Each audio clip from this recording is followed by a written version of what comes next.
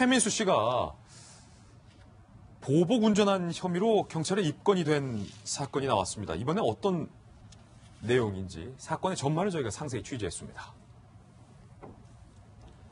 작년 9월 여의도의 5차선 도로에서 앞서가던 여성 운전자 A씨의 차량이 두 차선에 걸쳐서 주행을 하자 이 진로 방해로 최민수 씨가 화가 난 모양이에요. 상대 차량을 추월한 뒤에 급정거를 합니다. 이런 건 되게 위험한 보복 운전인데 접촉사고가 발생을 했어요. 결국 최민수 씨는 차량에서 내려 A씨와 신랑이 중 욕설을 했다라는 증언이 나왔어요. 여성 운전자 A씨는 이렇게 얘기합니다.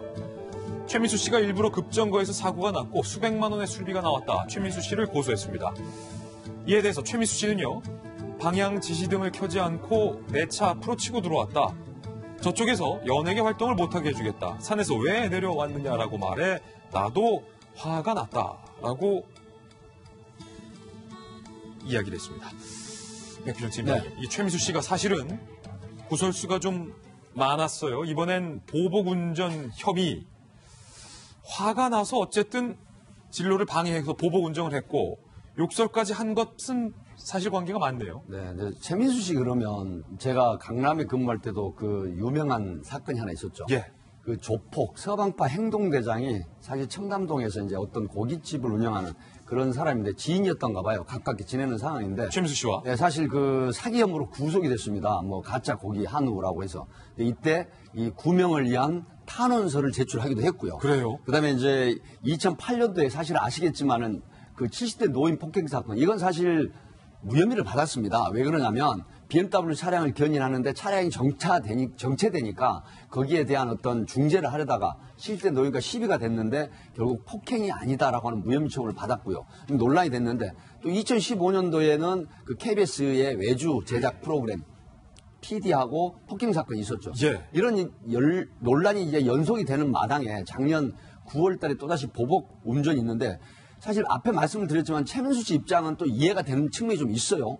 본인의 진술이 사실이라고 하면 1차선에 진행을 하는데 2차선에서 갑자기 깜빡이 등도 켜지 않고 급차선 변경해서 들어와 버리면 뒤차가 앞차를 추돌할 수밖에 없는 상황이. 예. 그래서 이제 경적을 울리면서 사과를 요구를 했음에도 불구하고 그대로 도주를 하니까 앞서서 20 내지 30km 가다가 급정거를 한 걸 인정을 하는 것 같아요.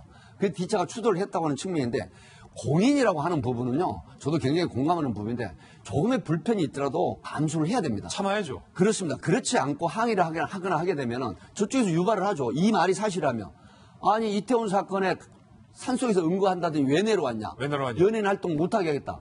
그러면 듣는 사람이 아무리 공인이라도 정말 화가 치밀거든요. 예. 또 최민수 씨 상당히 성격이 급한 걸로 좀 알려지고 있는데 그걸 참지 못해서 결국은 이 보복운전이나 특수협박, 특수재물손괴로 기소가 됐습니다. 남부지방법원에 기소가 됐는데 참 안타까운 상황이다. 이런 생각이 듭니다. 예, 최민수 씨가 이런 입장을 냈어요. 무리를 일으켜서 송구하다. 하지만 억울한 측면도 알아줬으면 좋겠다.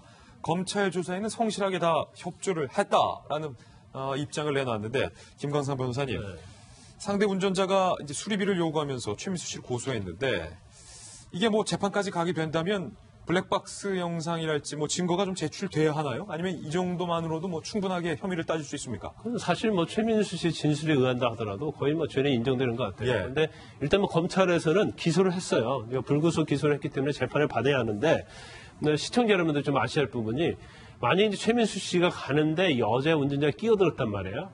그러면 일반적으로 보복 운전은 거기서부터 시작이 됩니다. 네. 그러면 끼어들었으면 뭐 창문을 열고 항의를 하고 거기에 대해서 불만의 표시를 하고 그냥 가야 하는데 문제는 뭐냐면 거기서 추월을 하는 거죠. 예. 추월을 해서 서로 뭐 추월하면서 욕하고 그런 경우가 상당히 많은데 이 부분에서 이제 최민수 씨가 잘못하는 것은 이제 급정거를 해서 뒷차로 하여금 충격하게 하고 그런 상황이 발생한 거예요. 그래서 지금 이 사건 자체가 전형적인 보복운전 사건의 형태입니다. 그래서 보복운전을 하기 위해서 서로 추월하고 급정거해서 뒷차로 하여금 부딪히게 하고 그다음에 내리죠. 그럼 서로 이제 욕을 해요. 예. 그럼 이게 범죄 구성이 어떻게 되냐면 일단 자동차를 가지고 가면서 협박을 하죠. 그럼 자동차는 위험한 물건이기 때문에 특수 협박이 되는 거고. 그다음에 앞에 가서 급정거해서 뒷차로 하여금 부서지게 만들면 특수 재물 손괴가 되는 거고. 그다음에 내려서 서로 욕을 하게 되면 모욕죄가 되거든요. 그래서 전형적으로 보복운전과 같은 실랑이가 있게 되면 이 세 가지 죄명이 무조건 따라다니는 거예요. 다 따라붙는다. 그래서 물론 굉장히 화가 나겠지만 뭐 사고가 나지 않았다고 한다면 끼어들기 운전자에게 경적을 울리든지 예. 아니면 창문 열고 항의하는 정도에서 끝나야지. 그 정도는 괜찮다. 그렇죠. 근데 결과적으로 보복 운전을 하다가 결국 본인 재판받고 처벌받는 이런 뭐 어떻게 보면 억울하고 어떻게 보면 자기 책임인 거죠. 예. 예전에 우리 좋아했던 무협 소설이나 무협 영화에서 보면 유명한 명대사 있잖아요. 복수는 또 다른 복수를 하는. 맞습니다. 보복 운전에 해당된다는 것. 명절 연휴 앞두고 장기간 운전하신 분들에게 좀 참고가 되셨으면 좋겠습니다. 두 분과 함께 이야기 나눠봤습니다. 감사합니다.